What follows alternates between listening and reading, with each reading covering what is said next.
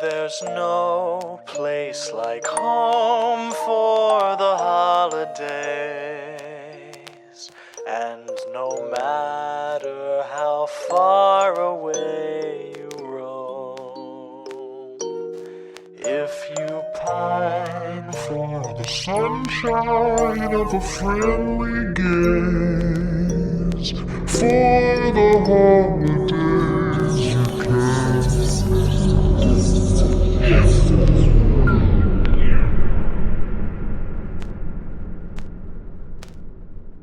Welcome back to Horror for the Holidays, a Christmas horror movie podcast. I'm Jay Logsdon. And I'm Jeff Searcy. Jeff, it's a monumental year. It's America's 250th birthday. America 250. Just love it so much. Just I'm tearing up just thinking about it. Today. all the great sights. Jeff, I fucking hate fireworks. Can I say that right now? I fucking hate fireworks. I think they're the most boring, pointless thing. You know what, Jay? I think Uncle Sam might have a bone to pick with your ass. He probably does. I'm sure I've said a lot of things both on this podcast and off that would get Uncle Sam to come after me. You know, it's not often that you think about your Uncle Sam, but there's something about the 4th of July, Jay, that just makes that spirit come back in the air. It's totally a real holiday, too. You get it off from work, Jay. Can't get more real than that. It does. Getting it off of work does make it a real holiday. Except, when you and I had to work on the 4th of July. Oh, yes. Our bosses got to take the day off. In our bad old lives when we were serfs. Yes. Oh man, actually, I think serfs probably got more days off. I still think about like one time where it's like, you know what, like there's no work to do. Let's go see if we can see the fireworks, and like couldn't even see them from the building we were. And I'm like, oh cool, like happy 4th. You get nothing. Good day, sir. Oh, that fucking job. I'm glad we're doing this instead. Not that this pays us anything. Oh, this pays all the bills, Jay. Our 17 cents we've made so far. I mean, split between the two of us plus podcast expenses, we've each cleared a nickel.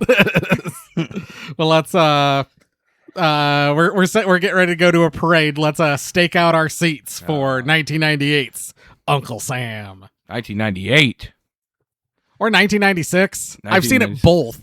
Well, I don't know if I know it was made in 96 and initially screened. It may have come out like on video in 98. I'm not sure. Yeah. Hold on. I've actually I might have a page open.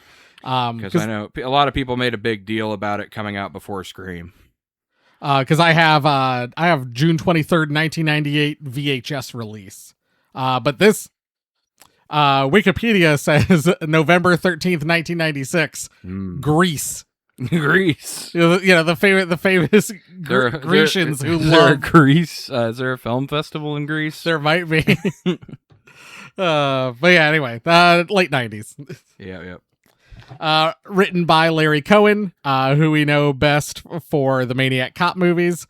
But he has a lot of credits to his name, like The Stuff and The Ambulance. Directed by William Lustig, who directed all 3 Maniac Cop movies and Maniac 1980, which we will get to at some point. Love some Maniacs. And apparently did a lot of I found this out. Apparently did like a lot of production management work with like a bunch of the Italian horror directors.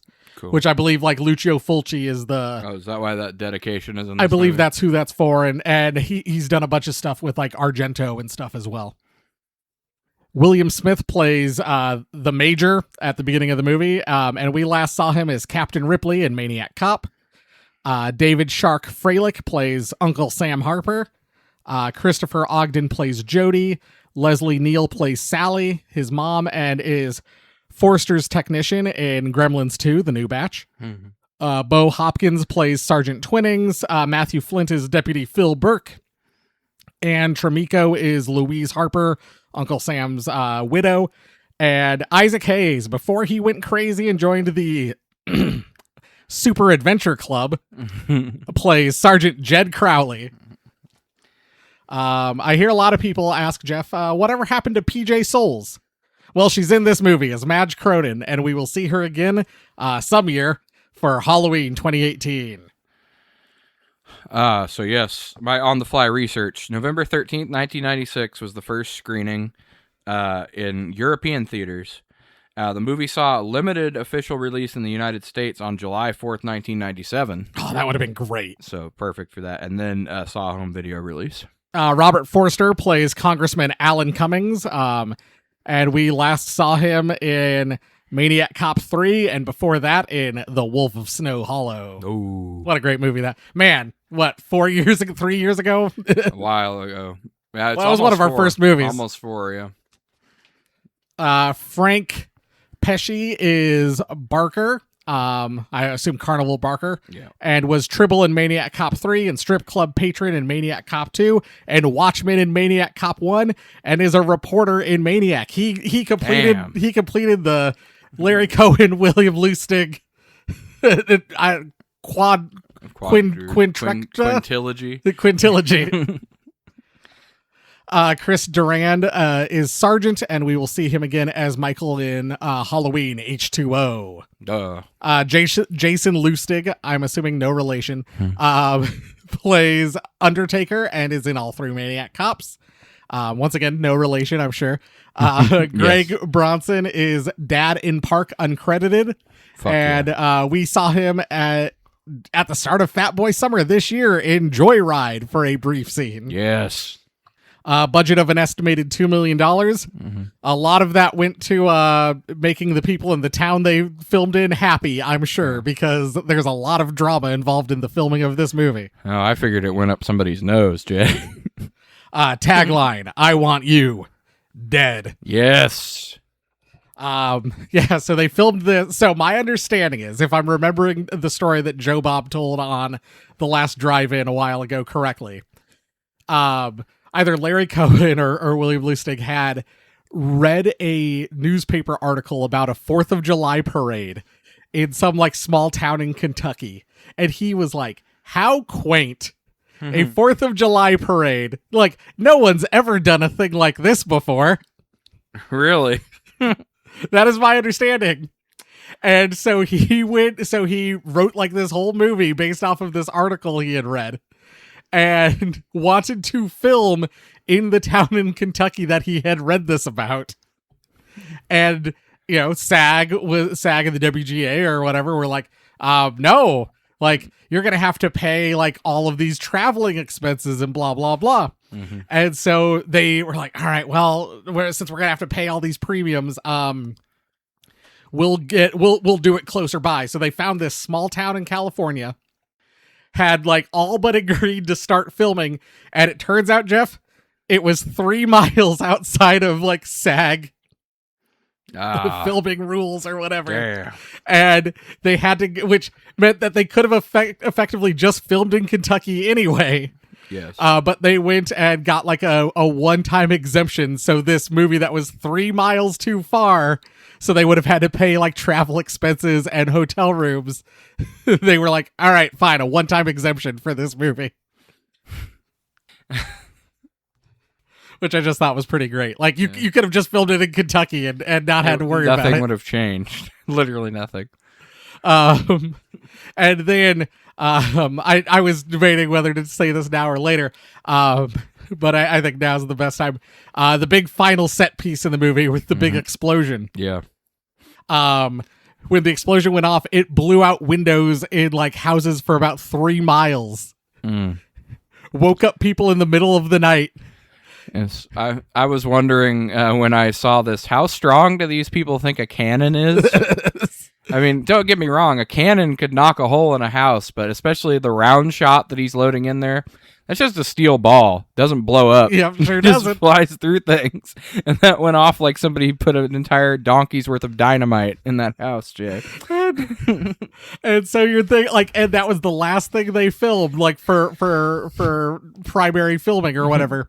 Except they had to go back and get a bunch of pickup shots for secondary filming. No. So they had to go and apologize to the city council profusely, like, multiple times to be able to film all these, like, pickup shots and whatnot.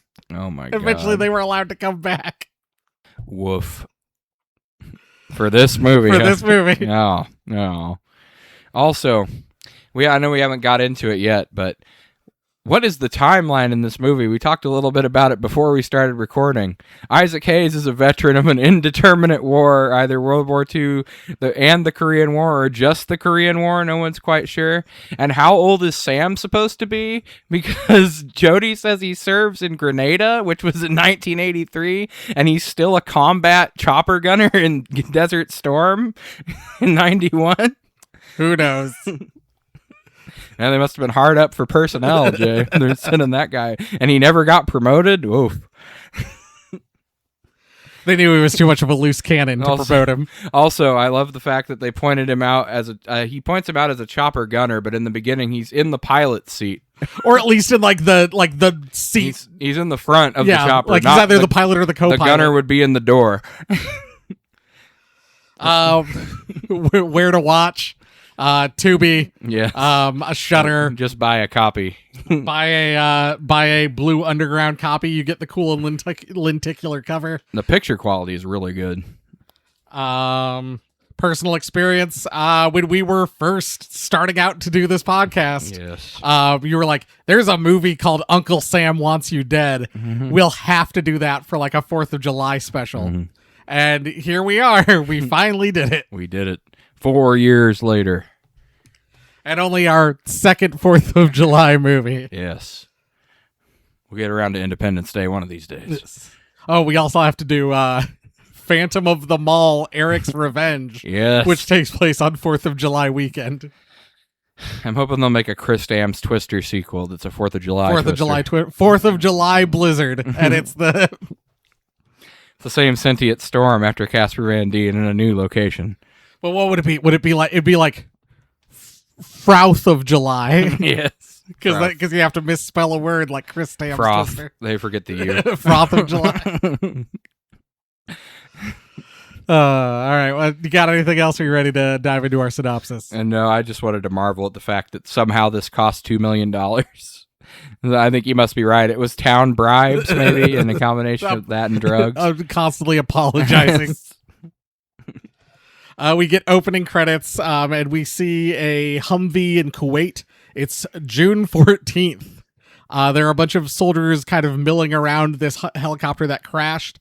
The sergeant is told that there were no survivors. All the bodies are badly burned, making identification difficult. One of the privates thinks that it was friendly fire, but he is chastised for thinking such a terrible thing. Wait a minute. Friendly fire in Kuwait, Jay. This sounds familiar.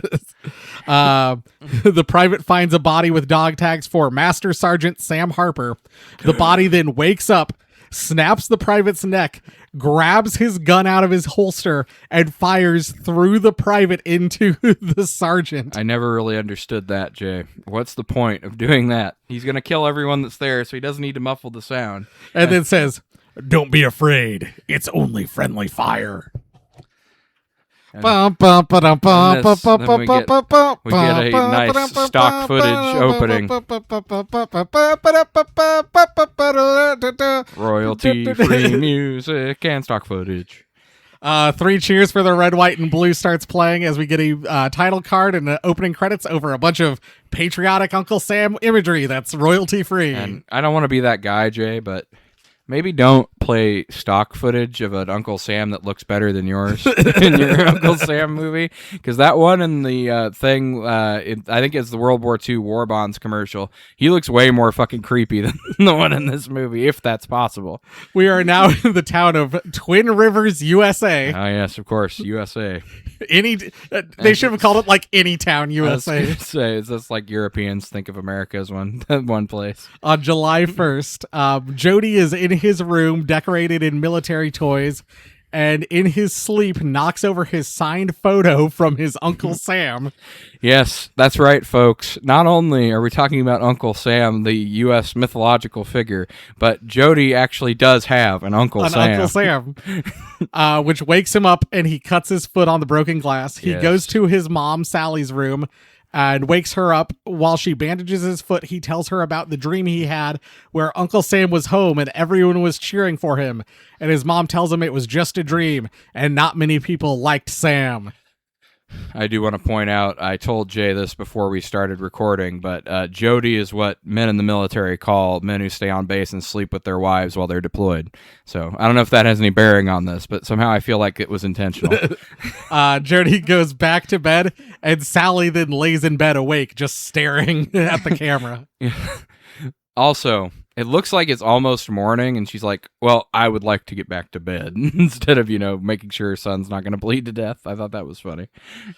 We go to a street where Deputy Phil Burke is bringing Sam's widow, Louise, home from a date. She does not, he's like, do you want to give me a kiss goodbye? And she's like, I already gave you one, Phil. Yes, you could feel the deep emotional connection between these two. Both Sally and Jody are in relationships and clearly hate the men they are dating. Not Jody. Jody is a little boy. Jody is a little. I knew it was going to happen once. Sally and Louise. I mean, yes, the depths of hatred that these women show to their supposed romantic interests in this movie is another fascinating detail of Uncle Sam. But yes, he's like, so why can't I ever come in or whatever? And she just doesn't answer at all. And then, yeah, she does I already gave you a kiss. Louise is met at the front door by Sergeant Twinnings, who informs her of Sam's death and says if she needs anything, he'll be at the hotel. He's a real poon hound, ladies and gentlemen. You'll see. Jed Crowley is in his apartment putting on his old military garb and basically asks God why he got sent home but not Sam. Why did I live, God? Why? Should have taken me instead. Yeah, you didn't leave me alive for anything important, like killing the ghost of the boy that I convinced to join the military with my war story. Or, having a wife and kids and grandkids. No, Jay, that's not important. I didn't do anything with my life, okay? Stupid family doesn't count. Also, I got to make it clear later on to an 8-year-old boy that my dick still works and did not get blown off. That's my favorite part of the whole movie. It was really funny. The next morning, Jody gets ready for school, and Louise comes over to tell Sally about Sam's death, and they talk about how afraid of Sam they were. Let's pause for a second. So when it said June 14th at the beginning, I'm like, oh, so we're going to do it's a timely story. He's going to get sent home, and then he's going to wake up on the 4th of July. It's the angry ghost. It's been 3 years. I'm like, what's the point of making it 3 years ago? That has nothing to do with the story. They just keep saying it over and over again. I'm like, who cares? I have no idea. But they talk about how afraid of Sam they were, and Jody overhears the whole conversation. Oh, boy. At school, Jody tells the teacher and class about Sam's passing. He's got the ammo can with all of his medals there at his desk. School on July 2nd. Yes. And one of the kids asks their teacher if he served, and he says no. And Jody says that Uncle Sam would have called him a coward. And so he goes, we thought it was more appropriate to leave the country during that period. So basically you're a draft dodging hippie is what you're telling me. Damn hippies. Sam's body is brought into Sally's house in a coffin, where I guess it's just going to be interred for a while before it finally gets buried. Jay, that's how the military does it, okay? They bring your burnt, disfigured loved one to your house to sit in your living room for a while before they bury him. That's how that works. It's a great conversation piece. Yes. Jody is told not to touch the coffin, and inside we hear Uncle Sam laughing. At the hotel, Sergeant Twinning talks on the phone with someone about how he plans on hooking up with either Sally or Louise.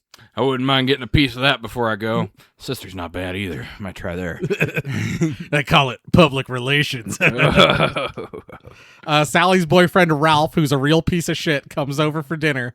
And he brags about how his law firm ripped off the government, got out of paying a bunch of taxes, and then invites Jody to be on the Abe Lincoln float in the 4th of July parade. But Jody turns it down. Jody says, no thanks, you filthy tax-dodging bastard. My Uncle Sam was here, he'd fucking kill you. With a hatchet, probably. I don't know. No, maybe a BB gun. With a bullet to the temple. A BB gun that shoots real bullets. Apparently. In the early hours of the morning, Jody sneaks downstairs and unlocks Sam's coffin and is going to give him the medals, but then decides against it and we see Sam's corpse start to move. Literally, there was no point to that scene other than for him to unlock the coffin so the story could happen. Like, should have given him the medals. That Yes, would have, if and he- then like heard something and so Yes. forgot to lock it back up. If he had pinned it, yes, and then he hears his mom coming downstairs or whatever, and then he has the medals pinned to him, that would have been make more sense. But no, he decides not to give it to him. It was just literally to leave the coffin unlocked. At the memorial service in the living room Yeah. for where Of course, the yes. dead body We're is. having our wake here where the military brought my deceased husband's burnt body. To my sister's house, to his Yeah. sister's house. Jed stops by and he and Jody talk about First he stares at his artificial leg. Don't forget about that. yeah, and then Jed talks about how he's like, oh yeah, people talk about it. Will they talk about anything else getting blown off? Because let me tell you, Yeah. it still works. It's not true. How would I be a father or a grandfather if my dick got blown off? Don't listen to everything you hear, Jody. Anyway, you better not be joining the military. It's bad for you. Yeah, tells Jody not to enlist. And he also mentions how much that Sam liked killing people and that it scared him. His character makes zero sense. Okay, one, they call Korea the Forgotten War for a reason, because it was brutal, it was nasty, nobody who served in it really wanted to be there, and nobody did anything of note. It was basically a pointless war. And he's like, I told him stories about the glory that we went through, you know. I never told him that I was the only man out of 9 to make it home. I'm like, so what glory were you recounting exactly? Because from what he's describing, a beach landing in Korea, that would be at Incheon, was one of the only ones that happened. But then he's also describing later, after he would have had his leg blown off, freezing in a foxhole, which would have been in the winter, several months after that. He also mentions we knew who we were fighting. We knew the bad guys. Mussolini, Hitler, Tojo. Yes. He also, references exclusively World War II people. Because that's the only safe war to reference, Jay, in case you didn't know. Which, by the way, the fact that people whitewash World War II as if it was the quote-unquote good war when millions of innocent people also died in that war. Right. But that's beside the point for this conversation. Jody goes back inside and tells Ralph to shut up, which is great. Yes. Ralph's like, Fuck Ralph. Ralph's like, oh, they're over there fighting for oil, which I mean is true. But then he's like, shut up, Ralph. And then his mom grounds him for the whole of 4th of July weekend. Yeah, fuck him. The clock strikes midnight on July 4th, and we see Uncle Sam start breathing. I have awakened. I must take vengeance on the hippies.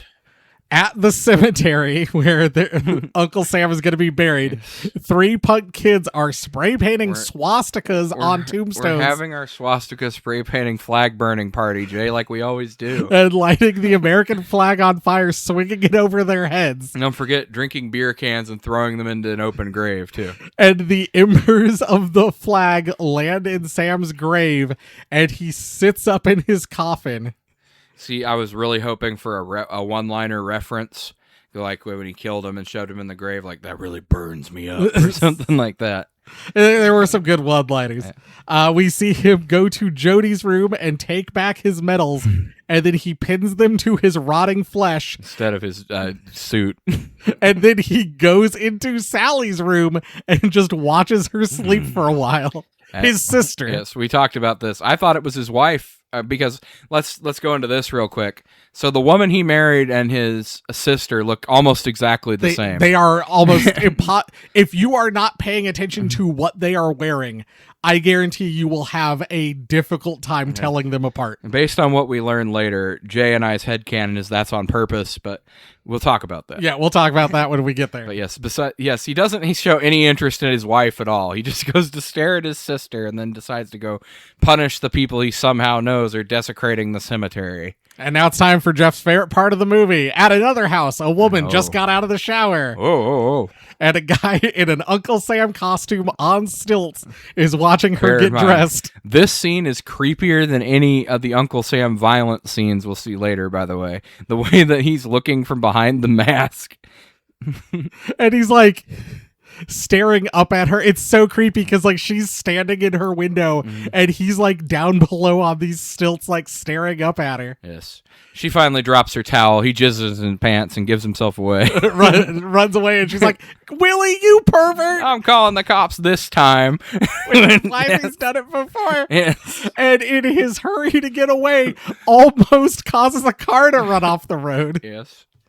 And now, see, this is when I thought, oh my God. So is our Uncle Sam going to be on stilts for the parade and like stomp somebody to death with a stilt or something? Would have been great. That would have been cool, but no. Uncle Sam then chases Willie through the town square With garden shears With garden he found shears. from somewhere.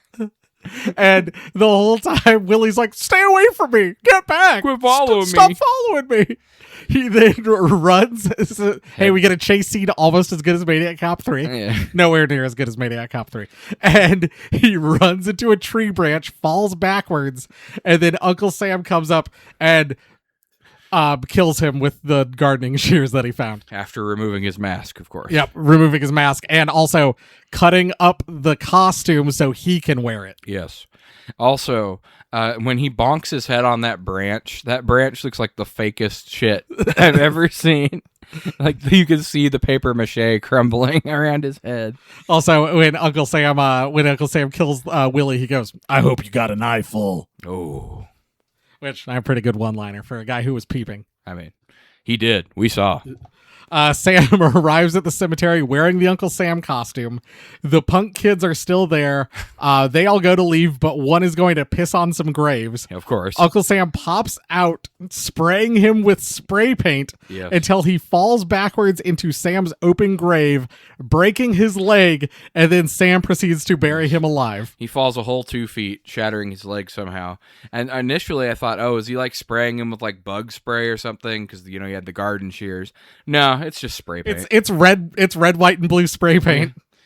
And I'm like, oh, yes, of course, Jay. When I've had a long party at the cemetery, drinking beer, burning flags, and spray painting swastikas, I love to end it by pissing on a few graves before I leave. Really just the whole gamut. One of the kids comes back to look for his friend, and Sam wraps a rope around his neck and then runs him up the flagpole as Taps plays. I thought that was very funny. Yeah. Also, the kid who just got hanged on the flagpole is wearing a red and white jacket and blue jeans, which I thought was very funny. One of them says, too, it's like, I got to get home before my old man sobers up and realizes I'm gone. I got that as well. The next morning, they are getting ready for the parade, and a kid dressed as George Washington is missing his hatchet. Oh, boy. George Washington's famous hatchet he needs for the parade, Jay. How are you going to remember his story about the cherry tree if he's not holding the hatchet? Mr. Crandall goes back inside the school to look for the hatchet, and we see Sam waiting with the hatchet in hand, and he gets the hatchet right between the eyes. Although we don't see it, it cuts away and then cuts back to him falling with the hatchet buried between his eyes. Filthy hippie. Jed fires off the town cannon to symbolize the start of the parade. Sure. I'm surprised it didn't blow things up, since apparently this cannon is capable of blowing shit up. And also, they would have no reason to have a stack of ammunition by this cannon, because when you're doing that, it's called sounding, and you just use the powder charge. You don't load a cannonball for obvious reasons. Jody sneaks out of the house, and I quote, "I'm not missing this." Yes. As we get stock footage of 4th of July parade, Barry... Those never happen. How is there stock footage of that? Barry, a blind boy in a wheelchair, is dragged to the parade and carnival by his mother and father, so the kids who shot fireworks at him the year before can see what they did to him. Well, we'll see how good of a time they have when we get there. Also, the mom is apparently one of the girls from Halloween. Yep, PJ Souls. Yep. Jody goes up and talks to Barry as 4th of July festivities happen, like bands playing and barbecuing and contact juggling for some reason. Yes, Fushigi! Yes. Of course, yes. Remember Fushigi? Kind of. It was this weird guy, and he's like, contact juggling, it's the coolest thing. It's like it floats on gravity or whatever. Yeah. And I don't know, it was like an 800 number, and you paid for like an overpriced ball that I assume broke when it in transit to your house. Yes. Sam, in costume, walks through the festivities, and we get the scene I think I mentioned on a previous episode where the guy goes, "Look at that Uncle Sam. He's so festive," as if he's not the creepiest looking guy you've ever seen. Yes. The fact that no one reacts to how creepy this mask is in the movie blows my mind. The last of the three punk kids sings a terrible version of the national anthem and then moons the crowd. Barry sits in the crowd, and Uncle Sam approaches him and tells him he will make them all feel his pain. Which, of course, will Because lead they've to... got some psychic connection. Apparently, yes, they have... maybe because they were both burned. I don't know, but he wasn't burned in war, so it doesn't really make any sense. And Barry is not his Barry has nephew. No relation to him at all. Even he's a friend of his nephew's. So it's not Barry's Uncle Sam doing this. It's Jody's Uncle Sam. But this will lead, though, Jay, to my favorite thing in this entire movie. Because he touches him on the face while he's talking to him for some reason, which will lead him to later say, "He touched me," in a wistful, weird way. Congressman Cummings arrives. Of course he does. At the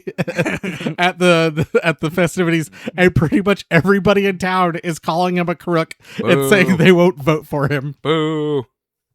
Like, it's literally like a lady's like, "I ain't voting for him." I hope that guy doesn't get blown up on a stack of fireworks later, Jay. Jed has a brief run-in with Uncle Sam where, like, he and Uncle Sam kind of, like, bump into each other, and they stare at each other, and, like, I guess Jed pays him enough deference that Uncle Sam just keeps walking. I don't know. I was half expecting Isaac Hayes to look at him and be like, you got a Sith Lord's eyes." I don't know how I like this. A girl makes some barbecue ribs and then sneaks off to smoke a joint, but runs into Deputy Phil, who confiscates her weed for himself. And when she goes back to the smoker, the cleaver is missing. At the town sack race, the third punk kid tries to cheat and runs into Uncle Sam, who cleaves his head off. No, this fucking kid... Not only does he, like, knock multiple younger kids over and out of the way, he trips on a rock, like, 5 times in different places. Yes, and then goes... tries to cheat by, like, taking a shortcut, falls down a hill. Yes. And my favorite part is he's then, like, going by all this military equipment, and there's one guy who's sitting there like, "Hey, get a load of this," and then his girlfriend's head pops up because she was giving him head. And then the joke being that the third punk kid that gets his head cut off. Yes. I will point out, though, he is very committed to the bit. He never gets out of the sack from the sack race, even when he's trying to run away from Uncle Sam. And also, Uncle Sam maybe has teleportation powers in this scene. I mean, he must. Because he, like, hops by Uncle Sam once, and he's, like, standing, like, far away. And then he hops a little bit more, and he's standing closer. And then he's, like, hops a little bit more, and Uncle Sam's standing right in front of him. Yep. Michael Myers / Jason Voorhees powers. Deputy Phil talks to Louise as Sam watches from the shadows, and Sam grabs a BB gun from a carnival game. "You're still afraid after all these years that your husband's going to come back, aren't you?" He's standing right behind him. Sally goes to talk to Ralph, still sitting on the parade float dressed as Abraham Lincoln, but he's been shot in the head. Thank God. She screams. And other than that, Mrs. Lincoln, how was the parade? No, she shows about as much care as you would expect from her so far. Not only... Oh, man, he was okay, I guess. And then I'm pretty sure when Deputy Burke is, like, investigating the dead body, it is now Louise who is with him. Sally doesn't even stick around for her boyfriend's dead body. No, Jay. The mayor decides to keep the festivities going despite the death. It's the mayor from Jaws. Later, Sally and Louise talk to Jody about how Sam wasn't a hero, but was a monster who abused both of them. Jaws, another future 4th of July episode. Oh, absolutely. And this is the scene where Jeff's headcanon that the reason you can explain it. Okay, so basically the mother goes into, "Oh, he abused me since I was 6 years old." It's implied maybe sexually, but I think it's pretty also heavily physically implied. like beating her and stuff. And then she's like, I was happy when he grew up and moved out and married your aunt, who looks exactly like her. So I'm like, so he basically just found a new version of his sister to abuse. Yep. That he could live with. And that is the best reason for why they look the same, because otherwise, why would you cast these two women who look nearly identical? So if that's what they were going for, then that's a good thing, I guess, a good comparison to make. The girl, who was just trying to smoke some pot, finds the head of the third punk on the grill, and then Sam comes up behind her and shoves her face onto the grill. Hey, she wanted to smoke, Jay. Yep. Barry has some kind of psychic link with Sam and knows that more people have been killed. One's been killed. So have more. Weird way to say that, kid, but okay. The whole crowd waits for Congressman Cummings to deliver some remarks, but he can't be located. So the mayor's like, fine, we'll move on to the fireworks presentation. And the congressman is tied to the fireworks, and he gets blown up in the massive fireworks display. Literally. As the crowd cheers. Yes, he's not hidden at all. No one bothers except the deputy to try to help him. The deputy runs up to try to help him, but then more fireworks go off, and he falls back down the hill backwards and gets impaled on a flagpole that Uncle Sam is holding. Yes. Barry's parents then leave without Barry.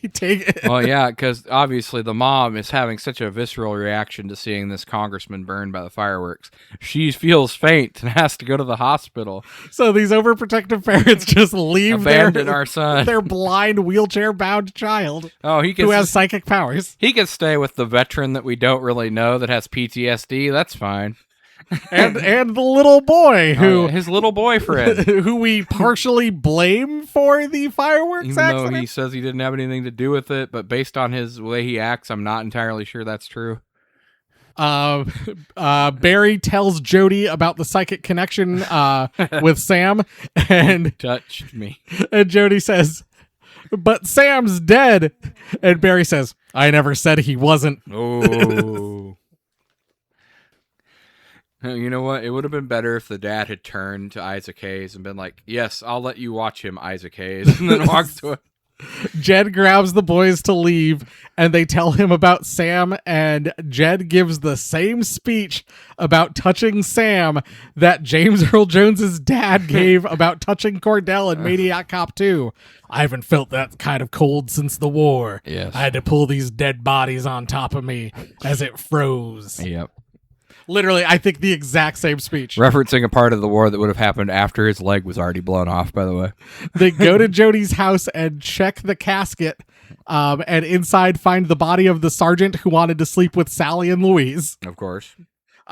They figure Sam will go to Louise's house, well, you see, and they all go there. You see, Jay, he wanted to get laid, but he got laid to rest instead. Oh, I like it. Jed tries calling 911, but Sam is already there. We get this cool shot through the mask of the Uncle Sam, as one eye has Jed in it and the other eye has Uncle Sam in it. Yes. Basically, Sam blames Jed for him enlisting, and Jed says that Sam only joined for the love of killing. Sam then throws Jed through a wall, and Louise tries shooting him, but it has no effect. 6 times in the chest, by the way. Jed and Louise leave to go get the town cannon, as Sam tells Jody he came back from the dead for Jody because of Jody's love for Sam. Sam almost cuts like a "You People" style wrestling promo where he's like, what about all the people that you killed? You're supposed to save people. And he's like, "These are the kind of people who left me to die." Yeah, it left me to die in that desert. Anyway, you need to join me. You need to be dead. Jody basically kind of agrees to go outside with Uncle Sam. He lures him outside where Uncle Sam gets hit with a cannonball. There is a huge explosion and Uncle Sam is now on fire, but still approaching Jody. So Jed fires a second cannonball that launches Sam backwards into Louise's house, and there's a big explosion. The camera zooms in on the fire, and the fire then fades into a different fire as Jody is lighting all of his war toys on fire and burning them in the backyard as Sally looks on smiling. But then he turns around with a weird look on his face, like he's already turned evil. And then the scene, the picture then like does like a weird effect where it like shatters. I don't get it. I don't know what it means. His mind has been broken by what happened to him. Setting up for Uncle Sam 2, a movie that never happened. They should have made it. They should have made 3 of these, just like they made 3 Maniac Cops. And then the credits roll as there's a weird poem about serving in the military read over the credits. Yes, a Desert Storm piece, no less. The credits get to the end, and then we get another scene of the guy dressed as Uncle Sam on the stilts falling down. Yes. End of movie. Woo. Yeah. Uncle Sam. Woo. What a fucking weird movie, Jay. America's in a weird place right now. We're in America 250, and so is this movie. Jeff, I honestly, I don't think any other movie encapsulates what we're going through right now better than Uncle Sam. You know, I think this movie has a certain level of prescience to it, Jay. I don't want to get too much into politics on this show because we never do, but Uncle Sam touching children, it hits different in 26 than it did in 96. It sure does. Oh. Let's do national anthem, our favorite quotes. Ah, yes. To join me, you'll have to be dead. Are you volunteering? I thought that was the creepiest line of the movie. Speaking of the national anthem, and you know what? As much as Ralph's a piece of shit, I absolutely agree with him on this take. Jed goes, I suppose you found it quite amusing when that boy went up there and made mockery of the national anthem. Your kind of humor. And Ralph goes, hell, it's a lousy song. Nobody can remember the words. And I agree. I think the national anthem is a bad song for a national anthem. Our national anthem does kind of suck, I'm not going to lie. There's much better songs that Americans have made we could substitute for at this point. Yeah. 3 Cheers for the Red, White, and Blue would be a great national anthem. Mm-hmm. I agree. Not a great anthem. Francis Scott Key, you're a hack. I'm sure he's very concerned, having been dead for the last 200 years. The carnival barker when Uncle Sam takes the BB gun. The way you shoot, you should join the post office. Jed, when he's putting his uniform on, too many rolls and jelly donuts. I'm like, I feel that. If he was still alive and not part of the Super Adventure Club, we could have Isaac Hayes on for Fat Boy Summer. Yes. Why would anyone try to hurt Ralph? He was so harmless. Sally, Jody, I know why. Like, just walks up out of nowhere. I know why. He was a crook. Yep. Sally, Jody, just be quiet. You're not even supposed to be here. Yes, you know the reaction of a grieving partner. He was harmless. What are you talking about? You're not supposed to be here. Of course, Sergeant Twinning. I aim on getting a little piece of that action before I leave here. Sister ain't bad neither. That's why they call it public relations. It must be batting 750 with the bereaved. That's why I volunteered for this job. It's called public relations. Ooh. I had that one as well. Yes, I had Hope You Got an Eyeful for the Peeper. Wow, that was a good one. When they're giving the big speech about like living with Uncle Sam and how it was hell, Sally goes, he fought a war in our house all our lives, and we were the losers. The acting was spectacular in that scene, Jay. I totally believed her deep pain. Of course, the opening line of the movie, pretty much from our killer. Don't be afraid. It's only friendly fire. Yep. I had that one as well. Jody, which, man, this kid's fucking insane. When I grow up, I'm going to join the army just like Sam did, and I'll do whatever the president says to because he knows better. Oh, gee, Jay, could this get any more heavy-handed? Jody, about Uncle Sam. He was the only one around here that ever did anything important. Yes. Oh, yeah. I had, of course, Sergeant Jed, our lovely Isaac Hayes. Why'd you save me, God? Out of all those boys, why me? I didn't do anything with my life. Not a thing, as he has a loving family and grandkids. Speaking of that, I heard it got blown right off. Oh, my God. Landmine. What else did they tell you? Jody goes, nothing. Yes, they did, but it wasn't so. Otherwise, how'd I get to be a father or a grandfather? Nope, all of those other parts made it back just fine. Listen, Jody, I gotta tell you, dick still works fine. Just ask your mother. That's what I was waiting for. Piece of shit Ralph. Maybe he'd show me a bit more respect if you showed me more affection. And then Sally goes, not now, Ralph, please. There's a dead body in the house. Somehow I don't think that really factored into it. I don't think she's interested. No, I don't think she's interested at all. I'm out of quotes. I am as well. Let's do parade float, sets, costumes, etc. Jody wears a pair of PJs that have dinosaurs on them, and I'm pretty sure I had the exact same pair when I was a kid. Makes sense. I saw those and I went, those look really familiar. I thought Jody had some real cool looking G.I. Joe toys. Had a Destro that he was playing with. His M48 tank toy was pretty cool. I was like, I could use that. Also, I don't know where the war comics were from. I should have done more research. But I'm assuming they were like Sergeant Rock comics and stuff like Probably. that. I thought, Jeff, I'm gonna be honest. I think Uncle Sam actually like with the whole burned Uncle Sam, I think he looks creepier than Cordell ever did. Yeah, his makeup. You definitely tell they've had some advances since Maniac Cop. Like, I like Cordell. I think Cordell's a better character. Mm-hmm. But I'm sitting there and I'm like, man, Uncle Sam looks creepy as hell. No, he looks extra crispy, and the yellow Sith Lord glow to his eyes is pretty cool. And the one thing I did feel like kind of let it down, though, was the Uncle Sam costume is creepy, but I thought they could have used maybe some more detail on it as the movie went on, because it stays, like, pristine. I was hoping he would get, like, more ripped and bloodstained as time went on. Yeah, like, he murdered multiple people in that costume. Yeah. That I felt like this, for a guy who basically went, a small town 4th of July parade, how quaint. This felt like a small town 4th of July festival or something. I mean, obviously, he had to journey to a town that actually held one, Jay, because it was really, really hard to find one.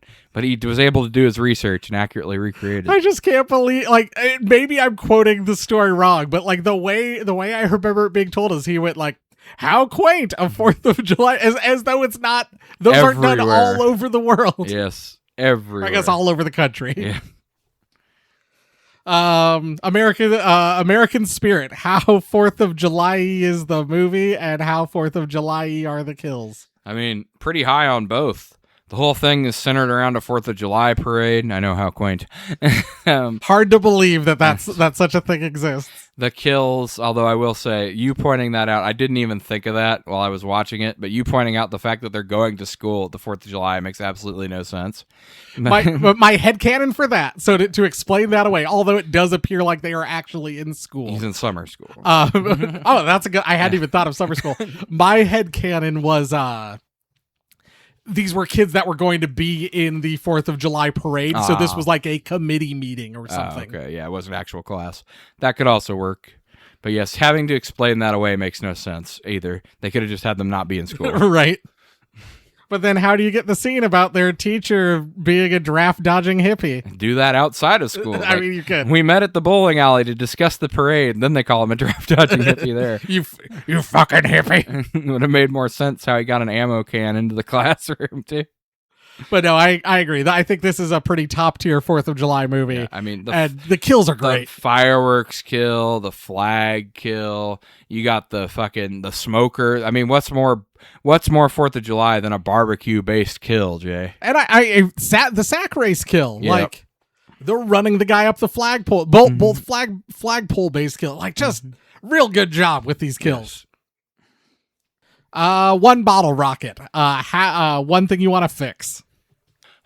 Honestly, even though this movie is only an hour and a half, I think we need some kind of action in the first 45 minutes before Uncle Sam wakes up from his slumber. It does drag. It is a long... I mean, don't get me wrong. It's fun after he gets up and around and starts killing people. But that first 45 minutes, especially with only these actors to go off of, because the aunt can't act, the mom can't act, the kid can't act, the teacher doesn't act well, the lawyer doesn't act well. Robert Forster's only in the movie for like 10 minutes. Yes, barely there.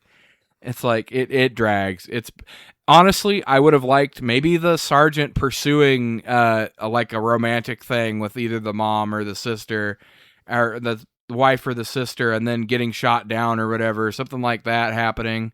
Or something, you know. And then you see the sergeant get killed for doing this. Yes, because obviously he'd be there listening to it or whatever. Or have something where, like, he gets in... If he's going to be going to school at this time, have him get in trouble, you know, like, oh, you know, we found him carrying a fucking knife at school or something to show he's, like, becoming a psycho like his Uncle Sam.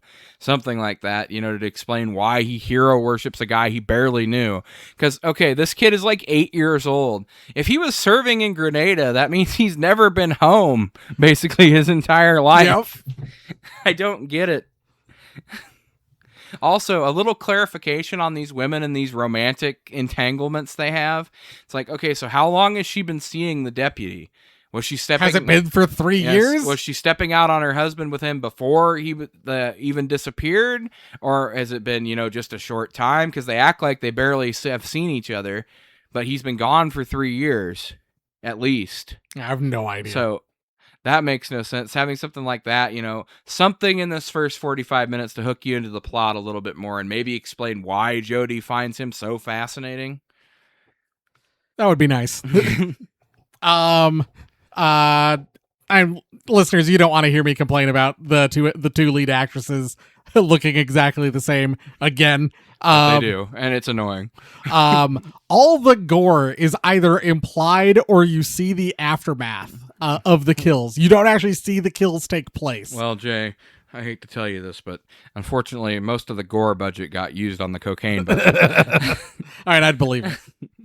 I do think there is actually good solid gore. It's just like they're constantly cutting away from the kill and then they come back to it. Showing it in motion is a lot more expensive than showing it after the fact, Jay.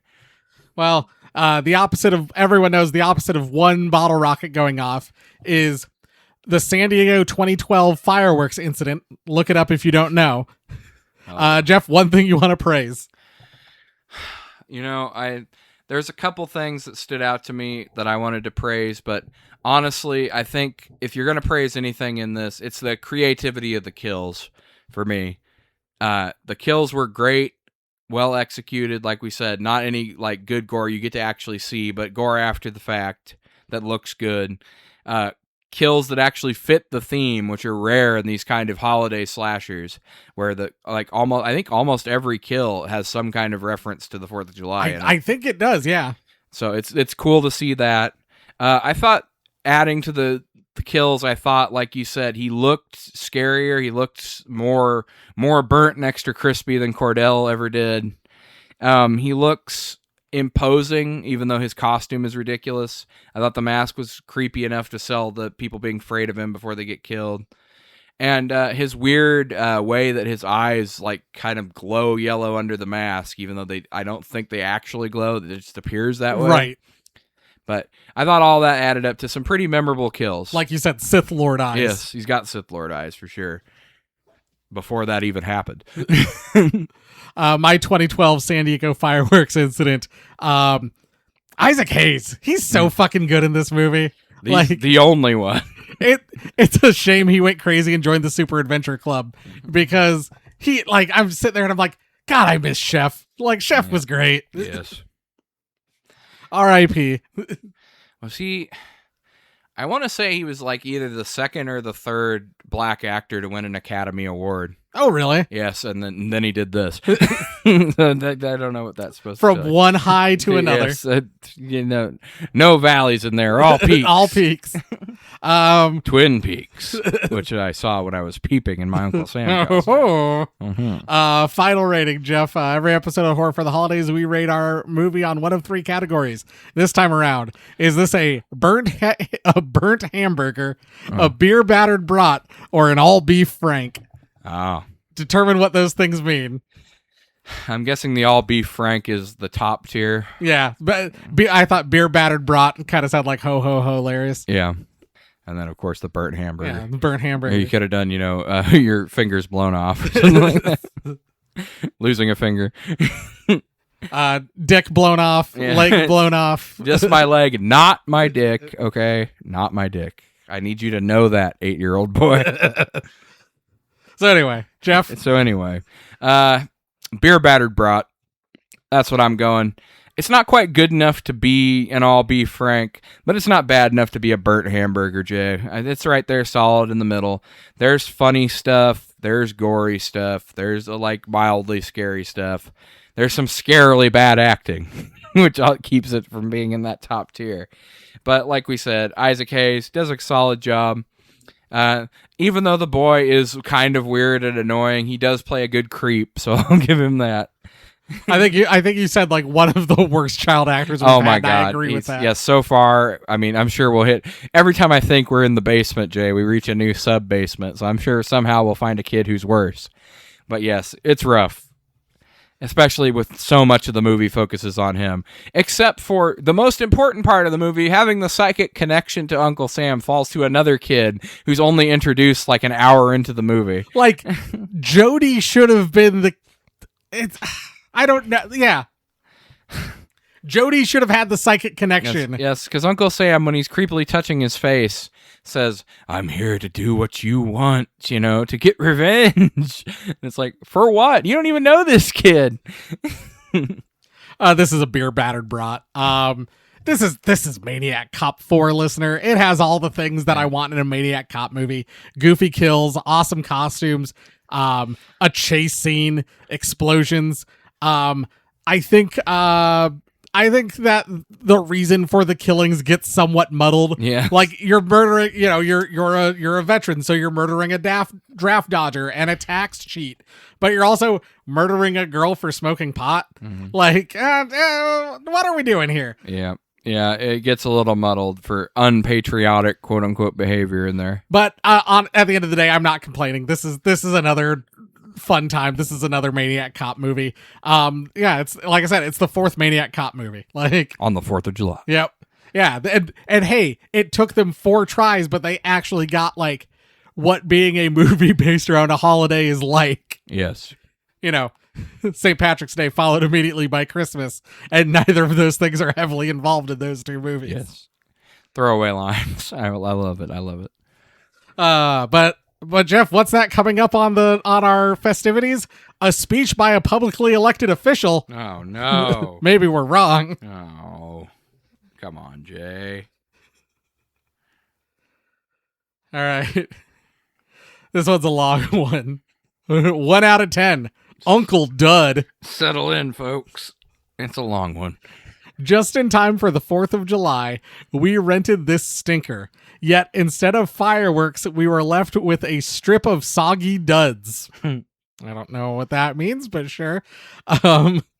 I guess the producers of this movie didn't think we could make it to Halloween for another Michael Myers movie, so they just spun this blatant ripoff. Once again, these guys made the Maniac Cop movies.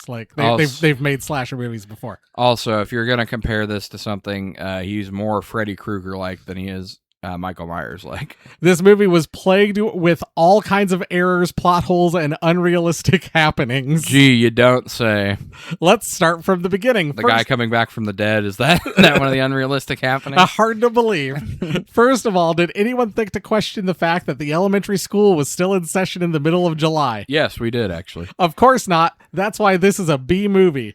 What about when they ship Uncle Sam's body to his sister's house? She proceeds to leave the coffin in the middle of the living room for days like it's a damn Christmas tree and had dinner parties without anyone acknowledging it? They did multiple times. They do acknowledge it, but I will grant you, it is pretty fucking weird that one, the military would deliver it there, and two, that she doesn't immediately go bury it. Now, are we to understand that Sam only kills people that aren't patriotic? If this is the case, then why does he kill everybody?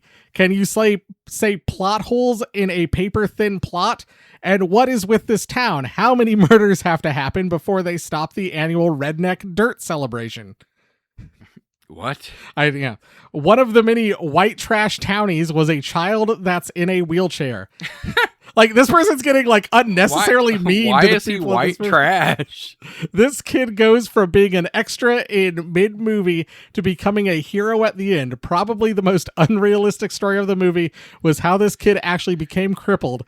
The story is that he was hurt in some kind of freak firework accident. That's pretty common, actually. Now, as hard as we try, we can't imagine what kind of firework could leave a kid blind, deformed, confined to a wheelchair with third-degree burns. They explode. I know exactly what caused it. I know it's hard for people who have only watched movies to understand this, but when the pressure wave from an explosion goes off, it can do things like damage your spine or, damage your optic nerve and leave you blind. The shockwave from the explosion doesn't just pass harmlessly over you like it does in the movie. It actually, damages you. That's why people use explosives in combat. Oh, and don't forget that the accident left him with a sixth sense. Did they strap an M80 to his bare spine or what? I mean, maybe. They might have. If this accident was so traumatizing, then why do his parents wait till the 4th of July to take him out? Do they want him to have flashbacks to his near-death experience? Also, did anybody notice how the other characters in the movie just leave this kid alone on the sidewalk like he's yesterday's trash? This happens quite often. Yes, yeah, actually, I did notice that, yes. The picnic was just a real bust. The highlight was an extra long potato sack race through the woods. I'm gonna bust. Which was plagued with trippable objects and rusty cars and probably rusty nails. Rusty nail, you say? Take off your bra. I take off your bra. This is the definite potato sack no-no. One of the teenagers in the race will just do anything to win. He knocks over everybody from toddlers to elderly women just so he can detour off the trail and roll down a hill for what seems like 10 minutes. It was like 5 seconds. Come on. Enough about the mistakes. Let's talk about how the movie has several scenes that were in slow motion just so they could stretch this piece of garbage into 90 minutes. It's actually not 90 minutes, it's 88, but that's fine. In conclusion, this movie stunk. It was just another recycled slasher movie. The only good part was after the credits when they show an outtake of an actor actually being injured.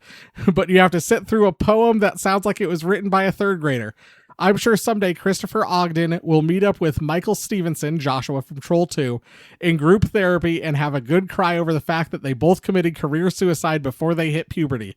This movie was so bad that afterward we had to break into our 4th of July fireworks early just so we could blow it up. I thought you said you rented it. Yeah. Make up your mind. Yeah, get your own story straight. I made the mistake of watching this on the 4th of July. 1 star, 0 if I could. Whoa. Jay's favorite thing. Got to get that in there. Now every time I hear fireworks, I expect a burned zombie in a spirit Halloween mask to crawl out of my grill. Hells yeah. This movie can't decide if it's a horror film, a political satire, a zombie movie, or an after-school special about respecting the flag. The answer appears to be all of them, badly. The villain looks ridiculous, the script is ridiculous, the kills are ridiculous, and yet somehow I couldn't stop watching. I'm giving it 0 stars because my brain deserves compensation. Oh, hold on. I just lost my whole review thing.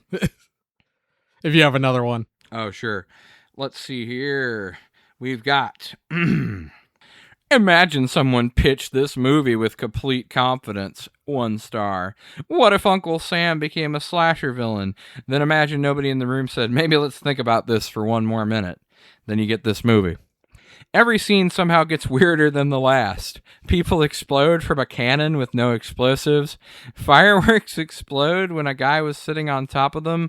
Uncle Sam stomps around like a mascot, even though I've never seen an Uncle Sam costume at any 4th of July parade I've ever been to. Weird. I've seen some. I laughed more than I screamed, and I am still not over that wheelchair kid's delivery of "he touched me." Same. I'm not over it either. All right. 1 out of 10. It is bloody. It is fiction. It is American. It is horrible. Yes. The worst film ever. I have seen many films in all my days, but this was particularly horrible. It was unprofessionally done. It had no glamour in any of the scenes. It seems like no one wants to care whatever they making a movie or just reading their lines. The beheading of the boy jumping around in a sack is so obviously faked. No, they really beheaded someone. What the fuck? For God's sake, the head looks like a piece of painted plastic. I hope this will never be remade. None trying to copy. You know what? Just for that, I hope this does get remade. Patrick. Yes. I mean, honestly, I could see a remake being good. I have one last one if you have any more. I have a final one. 0 stars if I could. I have seen direct-to-video horror movies shot for the price of a used lawnmower that were more entertaining than Uncle Sam. This isn't so much a movie as 89 minutes of watching a gimmick desperately searching for a plot. The promise sounds like a joke someone made after too many beers. What if Uncle Sam was like a zombie or something? Somehow that joke made it all the way through production without anyone stopping to ask if there was any actual story to tell. But Uncle Sam's not. This guy is named Uncle Sam, and he's a zombie. Uncle Sam is not a zombie. The characters have all the personality of the cardboard fireworks display at your local grocery store. They exist solely to wander into the next kill scene, deliver wooden dialogue, and stare blankly at a 6-foot-tall undead mascot in a patriotic suit lumbers towards them at the speed of a shopping cart with a bad wheel. Speaking of Uncle Sam himself, he's somehow less threatening than the guy handing out free flags at the county fair. The makeup isn't terrible, but it can't hide the fact that the villain spends most of the movie awkwardly shuffling around while everyone else waits for the scene to end. The satire, heavy-handed. The horror, forgettable. The comedy, almost entirely accidental. The script wants to say something profound about patriotism, war, and the American hypocrisy, but it has all the subtlety of a firework exploding in your fist. The kills are inconsistent, the pacing is glacial, and the movie somehow makes Independence Day feel boring. It's almost impressive. By the final act, I wasn't rooting for the survivors, I was rooting for the end credits.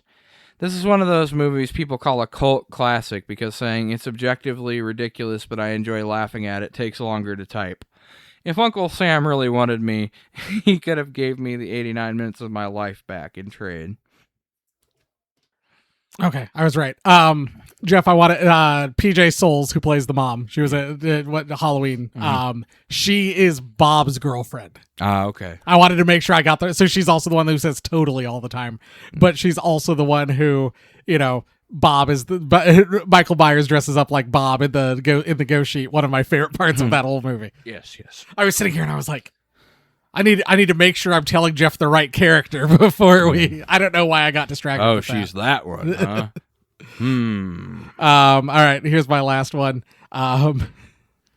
This is taken from the Wikipedia page. Okay. Uncle Sam was also derided by the AV Club, whose reviewer wrote, incoherent as social satire and perfunctory and routine as a horror film. Which, I kind of agree about the incoherent social satire. Uncle Sam is every bit as lazy and uninspired as the Maniac Cop films that preceded it. Whoa. What the fuck is this, Jay?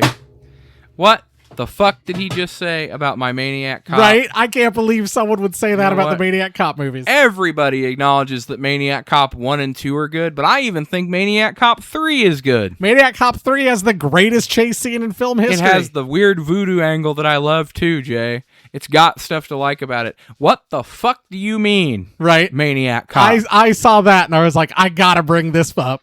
This motherfucker is insulting Maniac Cop. Is there a fucking address on this review, Jay? I don't know. We'll find out. I think we need to take a trip. I think the AV Club got closed down, but if we can figure it out, we'll figure out who wrote this and beat him up. Fucking AV bastards. It'll be like that what is it?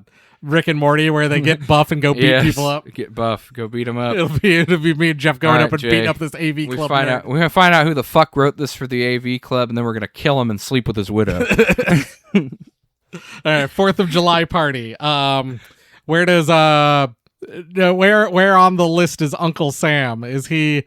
He's below The Living Dead. That's the only other 4th of July movie we've done. Yeah, I was gonna say The Living Dead would fucking kick the shit out of Uncle Sam, I'm sure. But I mean, he is a zombie. As a humanoid like Michael Myers, Jason level character, I'd say he's pretty good. I mean, he takes bullets and keeps getting up. 6 shots to the chest, didn't even flinch. Gets shot, set on fire. Completely he's still on walking. fire, didn't do anything. I mean, honestly, they never confirmed he was actually dead. So yeah, we could have done Uncle Sam too.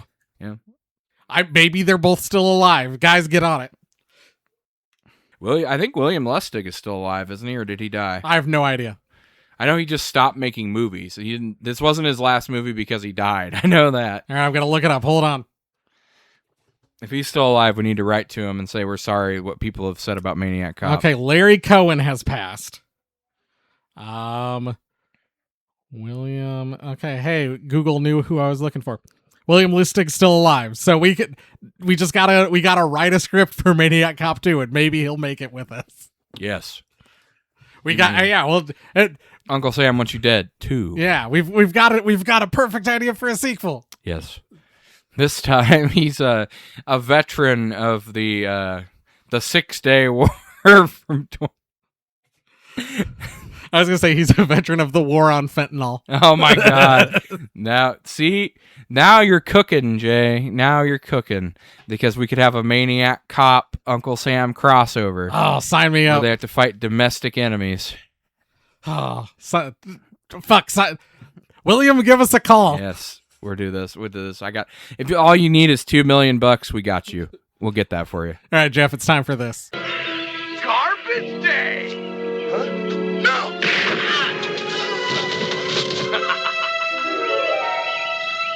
Bum bum bum bum bum bum bum bum bum bum bum. Garbage day, but it's 4th of July. Garbage day, but it's 4th of July. Bum bum bum bum bum.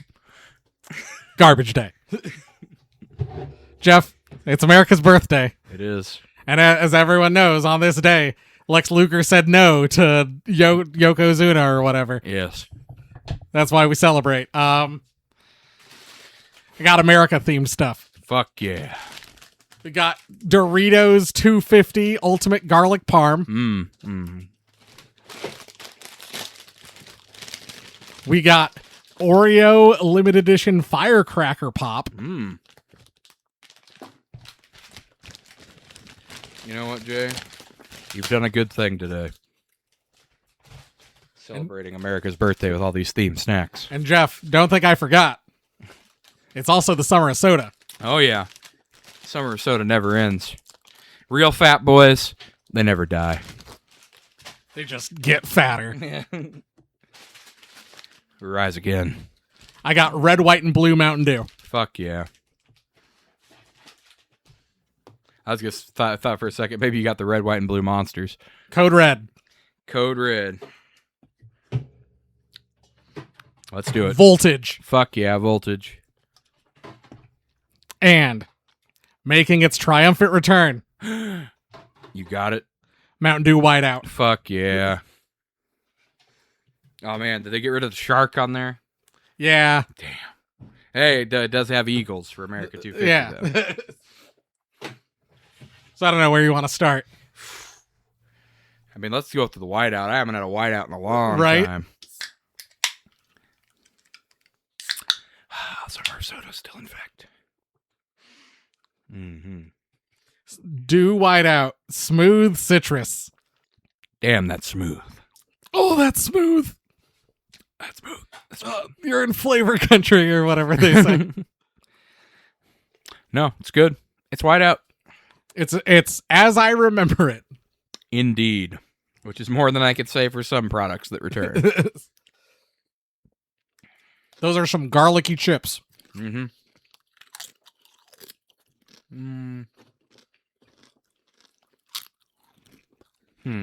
don't know how parmy they are, but I will say they're pretty garlicky. Yeah. So I'm getting a lot of garlic, not a lot of parm. Also, you open the back and you just get hit in the face with that like garlic parm smell. Longtime listeners will know this is pretty uncomfortable for me being a vampire and all. Jay never takes that into account. You're right, I don't. Okay, oh, I'm going to find out what's on these Oreo firecrackers. Blue raspberry, lemon, and cherry flavored cream. Well, so bomb pop flavored. Nothing will ever be as bad as the Thanksgiving Oreos you made me eat. So, oh, Jeff, you wait. No. There's something coming. No. I need to form a union. The Podcasters Union. Well, was formed because Jeff was fed up with being forced to eat bad stuff. We are fed up with being fed up with terrible Oreos. Honestly, I'm getting all three flavors. Yeah, it's not bad. Yeah. I mean, Oreo usually delivers, at least with their public flavors. I will say, like, you know, if there was like a bunch of different Oreos, I don't know that I would reach for these. No. But they're pretty good. Not bad, though. Yeah, if you're celebrating America's birthday, have yourself a bomb pop Oreo. If you're celebrating that time that Lex Luger body slammed Yokozuna. Damn. You know what? Honestly, I would celebrate that. There hadn't been a feat like that since Hulk Hogan body slammed Andre. After crying about it, of course, for 3 hours ahead of time. So there's a, Jeff, I know I've shown these to you. There's a guy who dresses up like Hulk Hogan and then says things that like Hulk Hogan, like basically Hulk Hogan styled lies, like about how he's wrestled more matches in a year than anybody else because he wrestled more than 400 days in a year because of the international date line. I like that. And one of my friends and I have since been making like our own. So it's like, it was my cum on the blue dress. And just dumb shit like that. I'll just say fuck Hulk Hogan. Shout out to another podcast, Shocktober, with Brian Quimby and Chris James. They cover radio personalities like shock jocks. Their series on Bubba the Love Sponge will give you a lot of insight into Hulk Hogan if you're interested in that kind of thing. There was a one of the things is he goes like, Bubba's wife said it, brother. And if you know, Hulk Hogan was definitely talking to Bubba's wife. Let's just say they knew each other pretty well. Yeah. In the biblical sense. Yes, to know one.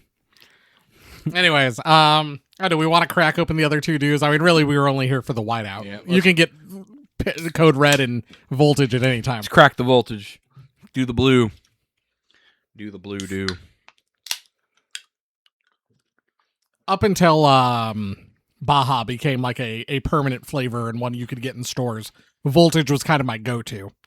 I like voltage. I like it a lot.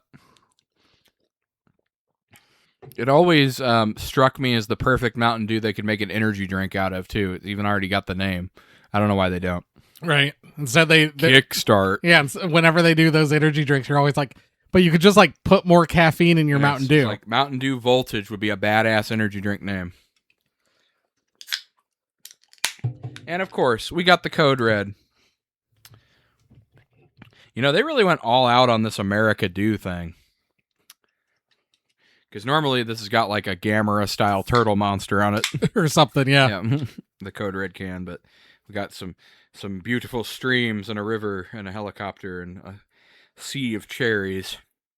And I don't know, a volcano. I assume that's Mount St. Helen. We're showing all the great American sites. I wonder if they're all the same mountain range on the cans, they're just at different times of the year. Could be. Hard to say. It does look, although there's different style trees on this one, on the voltage can. But yeah, I think the whiteout can is the best with the blizzard and the two eagles flying. I like that the best. I agree. Man, I'm not a Code Red fan. I've never understood it. Well, I know a lot of people love it. but I was always more of a Livewire guy. Livewire was also one that I didn't get Livewire because I know I've mentioned before I'm not a big artificial orange flavor. Livewire fucking rules. Livewire is so good. It's the best orange drink. The same thing. Artificial grape is what kept me back from Pitch Black for so long. And then I finally got it, and then they took Pitch Black away. Of course, those bastards. Anyway, let's rank these things. Doritos bottom. Yeah, it's just a garlic chip. It's not bad, but it's real garlicky. Then probably the Code Red, I would say. Yeah, and then maybe the Voltage. Well, I'd say Voltage and Oreo are pretty close in my mind, so either or. But that having Whiteout back is nice. Whiteout is top for sure. That's pretty tasty. I like that. I love that. That's good. All right, well, listeners, if makes me want to fight and die for my country or somebody else's country, we'll find out. Or die and then get brought back and murder a bunch of unpatriotic sons of bitches. You know what it wants to make me do, Jay? It makes me want to dodge the draft and then stay home with all the other men's wives. God bless the USA. God bless the Whiteout. Oh boy. Anyway, if you want to get in touch with us, talk about Maniac Cop or Uncle Sam going to kill the AV Club guy. Help us plan on killing the guy who badmouthed Maniac Cop on the AV Club, who could very well be dead already. Who knows? Or about all the different Mountain Dews or all of these other different foods we've had. Send us an email, horrorfortheholidays@gmail.com. Get in touch with us on social media. We're all the places at horror4holidays. That's horror, the number 4 holidays. YouTube.com/horrorfortheholidays for all your audio backup needs. On the podcatchers, you can hit us up on all of them. We're on all the major ones. Apple's where we seem to have the largest concentration of fans. Leave us 5-star reviews. Put 0 stars if you could, so we know you're a real sicko who actually listens to the show. If you're going to send us an email, maybe tell us what you and your family like to do for 4th of July. Does your town do something odd and quaint, like a 4th of July parade? I mean, I've never heard of such a thing. Me neither, Jay. What a strange situation. We're proud to be part of the Christmas Podcast Network. I have no idea if any of those guys have ever even heard of something as weird as a 4th of July parade. But check them out. There's all sorts of great podcasts over there. Totally Rad Christmas, Holidays After Dark, Weird Christmas, Holly Jolly Xmas. Check them out. Yes. Check them out indeed. But only after you're done listening to every episode of Horror for the Holidays. Listen to every single episode of this show, even the first ones that suck and the stocking stuffers you're not interested in. All of those need to be listened to before you look at anyone else's show. Yeah, I don't want to see you casting glances over at those other podcasts. You need to listen to all of ours first. And trust me, I'll know. I will know. And you know what I'll do, Jay? I'll find you and I'll take off your bra. Oh, there it is. I knew it was coming, and yet I did nothing to stop it. I do know now, whenever we read the word rusty nail, yes, it's absolutely good. I take off your bra. I'm never going to think of anything else when I hear that phrase ever again, except for that. I hope we get more horror movies with rusty nails in them. Oh my God. If there is a rusty nail in any scene, we need to mention it. Otherwise, we'll see you next week with a stocking stuffer. I then believe we might be on a brief 1-week hiatus. We might do a 4th of July break because I believe Jay and I are both traveling that week. Yep. So well, I guess this is coming out 4th of July week, but then we'll take a week off and then we'll do the weekend. Then we'll be back for a stocking stuffer here soon, and then in 2 weeks. It's our 4-year birthday or whatever. Something's happening. And we're doing Werewolf Santa. I saw a certain guy found some nog in the wild for Christmas in July. Oh, I sure did, Jeff. It's delicious. I could go for some nog right now. Goddamn. We should do our usual episode where we're each chugging an entire thing of nog, Jay, and start a new tradition. Our 4th of July tradition, or our Christmas in July. Christmas in July tradition. The birth of the podcast. We'll see if we can each drink a whole thing of nog before the episode's over. I can. Should I? No. Probably not. Anyway, I will. Thanks for listening. Goodbye. Bye.